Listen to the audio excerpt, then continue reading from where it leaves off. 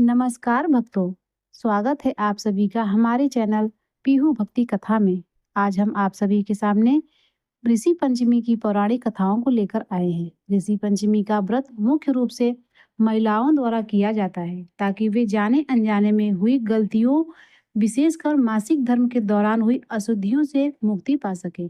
इस दिन व्रत और पूजा करने से सभी पापों का नाश होता है और सौभाग्य की प्राप्ति होती है। ऋषि पंचमी के दिन दो प्रमुख कथाएं जरूर सुननी जाती है, जिसमें से पहली पौराणिक कथा के अनुसार विदर्भ देश में उत्तक नामक एक सदाचारी ब्राह्मण रहता था। उसकी पत्नी बड़ी पतिव्रता थी, जिसका नाम सुशीला था। उस ब्राह्मण के एक पुत्र और एक पुत्री थी। विवाह योग्य होने पर उसने समान कुलशील वर के साथ अपनी कन्या का विवाह कर दिया, परंतु दय योग से कुछ ही दिनों में के बाद वह कन्या विधवा हो गई। दुखी ब्राह्मण दंपति अपनी कन्या सहित गंगा जी के तट पर कुटिया बनाकर रहने लगे। एक दिन वह ब्राह्मण कन्या सो रही थी। उसका शरीर कीड़े से भर गया। कन्या ने सारी बात अपनी माँ से कही। माँ ने अपने पति से सब कुछ कहते हुए पूछा, हे प्राणनाथ, मेरी साध्वी कन्या की यह गति होने का क्या कारण है? तब ब्राह्मण ने समाधि द्वारा इस घटना का पता लगाकर बताया कि पूर्व जन्म में भी हमारी यह कन्या एक ब्राह्मणी थी। इसने रजस्वला होते हुए बर्तन छुए थे। इस जन्म में भी इसने लोगों की देखा देखी ऋषि पंचमी का व्रत नहीं किया, इसीलिए इसके शरीर में कीड़े पड़ गए हैं। धार्मिक शास्त्रों की मान्यता है कि रजस्वला स्त्री पहले दिन चांडालनी, दूसरे दिन ब्रह्मघातिनी और तीसरे दिन धोबिन के समान अपवित्र होती है। वह चौथे दिन स्नान करके ही शुद्ध होती है। यदि यह शुद्ध मन से अभी ऋषि पंचमी का व्रत करे तो इसके सारे दुख दूर हो जाएंगे और अगले जन्म में अटल सौभाग्य की प्राप्ति होगी।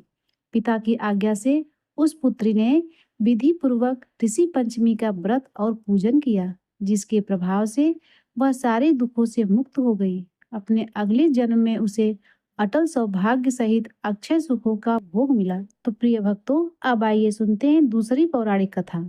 सतयुग में विदर्भ नगरी में सेंजित नामक एक राजा हुए। वह ऋषियों के समान थे। उन्हीं के राज्य में एक किसान रहता था, जिसका नाम सुमित्र था। उसकी पत्नी जयश्री अत्यंत पतिव्रता थी। एक समय वर्षा ऋतु में जब उसकी पत्नी खेती के कामों में लगी हुई थी, तो वह रजस्वला हो गई। उसको रजस्वला होने का पता लग गया था, फिर भी वह घर के कामों में लगी रही। कुछ समय के बाद वे दोनों पति पत्नी अपनी अपनी आयु भोग कर मृत्यु को प्राप्त हुए। जयश्री अपने अगले जन्म में कुतिया बनी और सुमित्र को रजस्वला स्त्री के संपर्क में आने के कारण और उसके हाथों का बना भोजन करने के कारण बैल की योनि मिली। क्योंकि ऋतु दोष के अलावा इन दोनों का कोई भी अपराध नहीं था, इस कारण इन दोनों को अपने पूर्व जन्म का समस्त विवरण याद रहा। वे दोनों कुतिया और बैल के रूप में उसी नगर में अपने बेटे सुचित्र के यहाँ रहने लगे। धर्मात्मा सुचित्र अपने अतिथियों का पूर्ण सत्कार किया करता था। अपने पिता के श्राद्ध के दिन उसने अपने घर के ब्राह्मणों को भोजन कराने के लिए तरह तरह के भोजन बनवाए। जब उसकी पत्नी किसी काम के लिए रसोई घर से बाहर गई हुई थी, तो एक सांप ने रसोई की खीर के बर्तन में विष उगल दिया। कुतिया के रूप में सुचित्र की मां दूर से यह सब देख रही थी। पुत्र की बहू के आने पर उसने अपने पुत्र को ब्रह्म हत्या के पाप से बचाने के लिए खीर से भरे उस बर्तन में मुंह डाल दिया।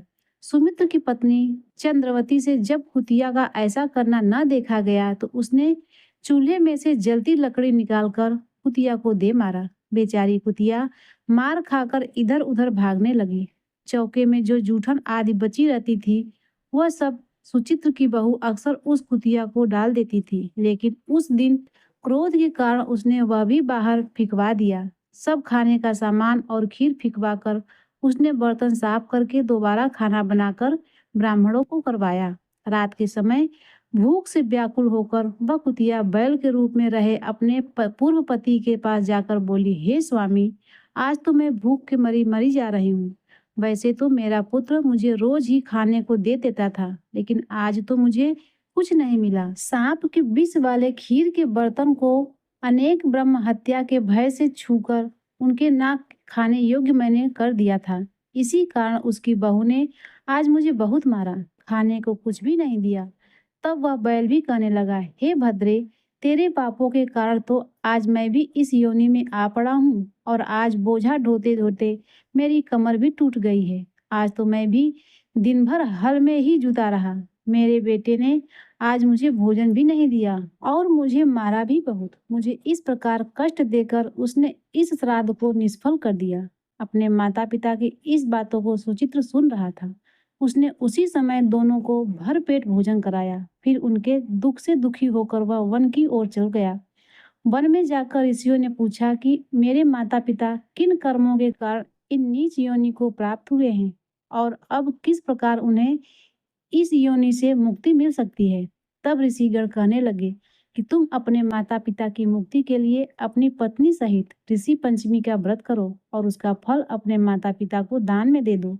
भाद्रपद महीने के शुक्ल पक्ष की पंचमी को मुंह शुद्ध होकर के स्नान करके मध्याह्न में नदी के पवित्र जल में स्नान करना। नए साफ स्वच्छ वस्त्र पहनकर अरुंधति सहित सप्त ऋषियों का पूजन करना। इतना कहकर सुचित्र अपने घर वापस लौट आया और अपनी पत्नी सहित विधि विधान से पूजन और व्रत किया।